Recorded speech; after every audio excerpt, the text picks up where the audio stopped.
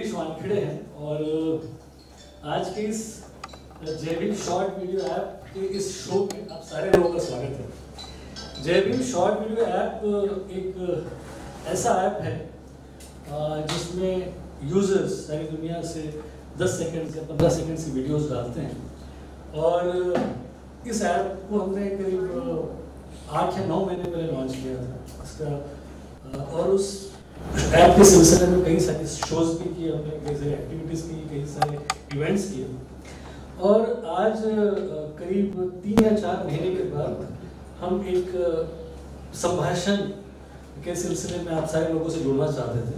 उसका कारण ये था कि जब ऐप की बात होती है तो उसमें एंटरटेनमेंट की बात होती है। हमारे इस ऐप में एंटरटेनमेंट के साथ साथ एजुकेशन और एंटरप्रेन्योरशिप भी रही। तो हमने एजुकेशन के सिलसिले में काफ़ी सारे शोज़ किए, काफ़ी सारे इवेंट्स किए, कई सारी स्कॉलरशिप्स क्रिएट की। उसके अलावा एंटरप्रेन्योरशिप के सिलसिले में भी हमने कई सारे कॉन्क्लेव्स रखे, कई सारी एक्टिविटीज़ की। लेकिन उसके बावजूद भी ऐसा होता था कि जब भी कोई शो करें हम, उस वक्त एक नीश ऑडियंस से मिलते थे, एक जनरल ऑडियंस के साथ हम मुखातिब नहीं हो पा रहे थे। तो इसके लिए ज़रूरी था कि कोई ऐसा शो किया जाए जहाँ पर मैं कुछ बुद्धिजीवियों से मिल सकूँ। तो आज इस शो की कल्पना की गई और आज मुझे बड़ी खुशी हुई है कि बड़े कम वक्त के नोटिस पर ही कुछ एमिनेंट लोग, एमिनेंट वक्ता, एमिनेंट बुद्धिजीवी, एमिनेंट एकेडमिशियंस और कुछ इंटरेस्टिंग लोग यहाँ हमारे बीच में मौजूद है। सबसे पहले मैं बुलाना चाहूँगा एक हमारे करीबी दोस्त डॉक्टर है, डॉक्टर विजय कदम को। आइए डॉक्टर साहब, सोशल वर्कर है, लिखते हैं, हमारे ऐप के साथ भी जुड़े हुए हैं। मैं बुलाना चाहूँगा फरहाद जी को, प्लीज आइए। फरहाद जी फरहाद जी ने हमारा एक जम्बोरी मैदान में जब हमने 13 अप्रैल का डॉक्टर अम्बेडकर जयंती का प्रोग्राम किया था, उसमें ये होस्ट थी, उन्होंने उस कार्यक्रम को संभाला था, जानी मानी लोकप्रिय होस्ट है। उसके बाद मैं बुलाना चाहूँगा मंगेश दहिवले। मंगेश जी आइए प्लीज। मंगेश जी हमारे करीबी दोस्तों में से हैं और जाने माने राइटर हैं। तो मैं नितिन जी को बुलाना चाहूँगा। नितिन साहब आप आइए, इधर आ जाइए मेरे साथ। नितिन और मेरी मुलाकात मेरे ख्याल से 5 या 7 मिनट की थी, लेकिन उतनी मुलाकात काफ़ी थी ये जानने के लिए कि ये हमारे शो में आए और खूब सारी चीज़ें इनसे हम सीख सकें। और उसके बाद हमारे और एक मित्र हैं तुलसीदास जी, दिखाएंगे, आइए प्लीज तुलसीदास जी। तुलसीदास जी प्लीज आइए। ये एक माने हुए जर्नलिस्ट हैं। मैंने इनको कहा था एडिटर भी रहे हैं न्यूज़ चैनल के, तो मैंने कहा कि नहीं, आप एडिटर के बजाय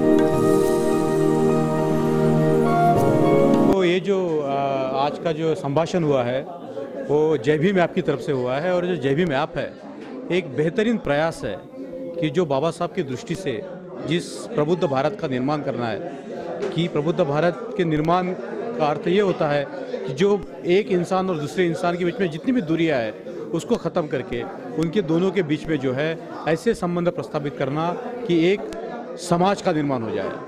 आज हमारा भारत का जो समाज है वो अलग अलग जातियों में, अलग अलग धर्मों में, अलग अलग भाषाओं में टूटा हुआ है और उसको जो ये भेद है उसको तोड़ के एक संघ समाज बनाने की जो जिम्मेवारी है वो जय भीम ऐप की है। जय भीम ऐप जो है इसमें एक शब्द आया है जय भीम, जिसको बोलते हैं बैटल क्राई फॉर जस्टिस, कि ये जो है ये जो न्याय की लड़ाई है उसके लिए बहुत ही बड़ा ऐसा ये घोष वाक्य है।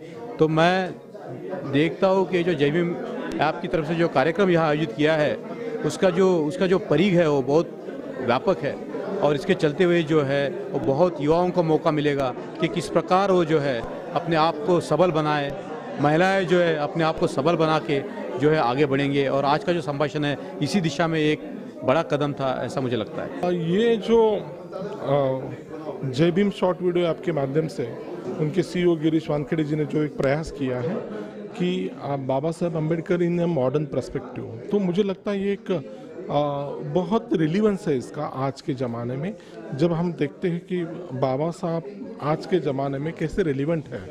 तो यहाँ पे जो डिस्कशंस में से जो मुद्दे आए, जो नितिन जी ने बोला या मंगेश जी ने बोला, तुलसीदास जी ने बोला, फराज जी ने बोला, इवन मिलिंद जी ने कहा, फिर गिरीश जी ने भी कहा, तो ये हमें बार बार ऐसे प्रोग्राम जब हम लेते रहेंगे तो हमें समझ में आ जाएगा कि बाबा साहब का मॉडर्न इंडिया के लिए क्या कंट्रीब्यूशन है, क्या रिलेवेंस है और बाबा साहब हमारे लिए किस तरह से हमें हमेशा प्रेरणा देने वाले हैं।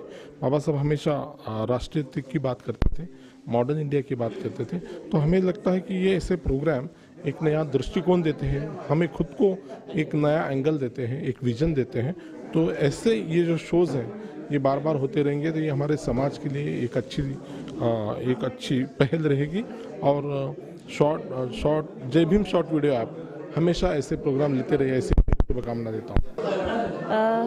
जय भीम ऐप हमेशा से ही ऐसे इनोवेटिव प्रोग्राम करता आया है और मुझे लगता है कि आज का जो प्रोग्राम था वो काफ़ी ज़्यादा इनोवेटिव था। इनफैक्ट ऐसे था कि बहुत सारी चीज़ें ऐसी है जो बाबा साहब अम्बेडकर ने हमें दी है, लेकिन उसका जो हमारी लाइफ में इम्पोर्टेंस है वो फिर से एक बार लोगों तक पहुंचाने का काम जय भीम कर रहा है।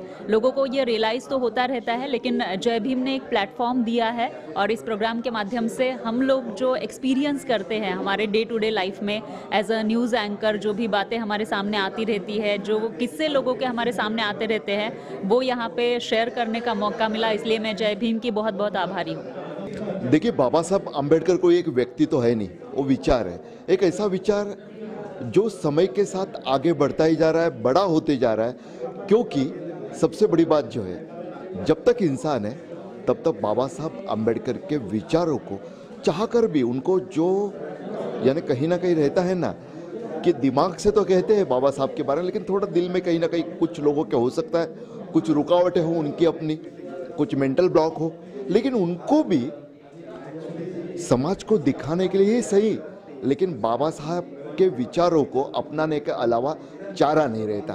ये वास्तविकता है। और इस पूरी परिचर्चा में सबसे अच्छी बात मुझे जो लगी ना कि हर एक ने यहाँ पे खुलकर बात की और आज के संदर्भ में बाबा साहब को अभिव्यक्त करना एक अलग ही मौका था, जहाँ पर सभी को कुछ अलग सुनने को मिला, कुछ अच्छा कहने का एक मौका मिला। और उसका वजह भी हम सभी जानते हैं, बाबा साहब ही है जिन्होंने सभी को ये अधिकार दिया है, जो चाहे वो हम अभिव्यक्त कर सकते हैं।